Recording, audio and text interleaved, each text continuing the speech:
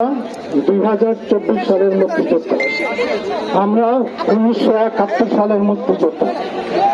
সেদিন 1971 সালে বাহিনীদের যে অত্যাচার আমাদের উপরে নেমে এসেছিল, সেই অত্যাচারের প্রতিবাদ করতে গিয়ে সেই সময় আমরা ছিলাম 17-18 বছরের যুবক। সেদিন আমরা রাস্তা নেমেছিলাম, সেদিন আমরা অস্ত্র হাতে নিয়েছিলাম এই দেশকে স্বাধীন করার জন্য। আমরা দেশ স্বাধীন করেছি, আমার অনেক ভাই শহীদ হয়েছে, আমরা গাজী হয়ে ফিরে এসেছি। আজকে 55 বছর পরে আবার আমরা সেই স্বাধীনতাকে ক্ষুণ্ণ হওয়ার সে প্রতিধ্বনি শুনতে পাচ্ছি।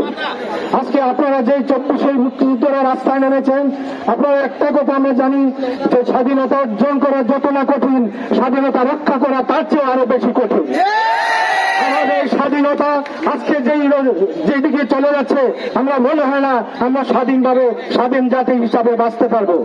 আপনারা যদি সেই স্বাধীনতাকে রক্ষা করতে চান, আপনারা যেইভাবে রাস্তায় নেমেছেন, আমি আর ঘরে বসতে পারি নাই। আমার 7 বছরের নাতিন 3 দিন আগে আমাকে বলে, দাদা তুমি একজন মুক্তিযোদ্ধা, এখন কিভাবে ঘরে বসে আছো? সেই জাতিদের যেহেতু ক্ষুব্ধ হয়ে আজকে আমি তোমাদের সাথে সম্মতিকতা জানার জন্য আমি এখানে উপস্থিত হয়েছি।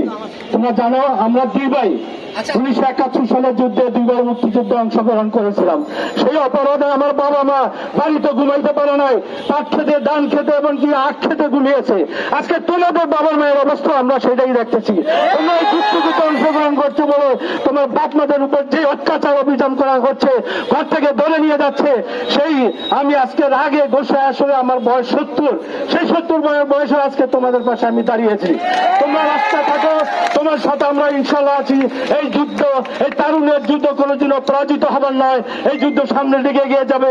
আমরা অভিভাবকরা, আমরা মুক্তিযোদ্ধারা তোমাদের পাশে থাকবো। এক্ষেত্রে আমি একটা অনুরোধ করবো, যারা বাংলাদেশের প্রকৃত মুক্তিযোদ্ধা আছেন সকল ভাইকে বলবো, আপনারা যারা পরিচিত মুক্তিযোদ্ধা আছেন, আপনারা এই মুহূর্তে রাস্তায় নেমে আছেন, আমার এই ছেলেদের, আমার নাতিদের, আমার সন্তানদের পাশে এসে দাঁড়ান, তাদেরকে সাহায্য করেন।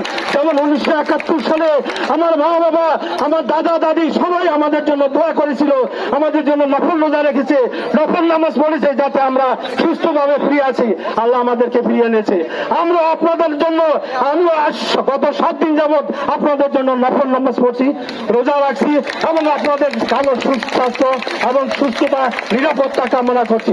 সকল মুক্তিযোদ্ধাকে আমাদের এখানে আসার জন্য আহ্বান জানিয়ে আমি আমার বক্তব্য শেষ করছি।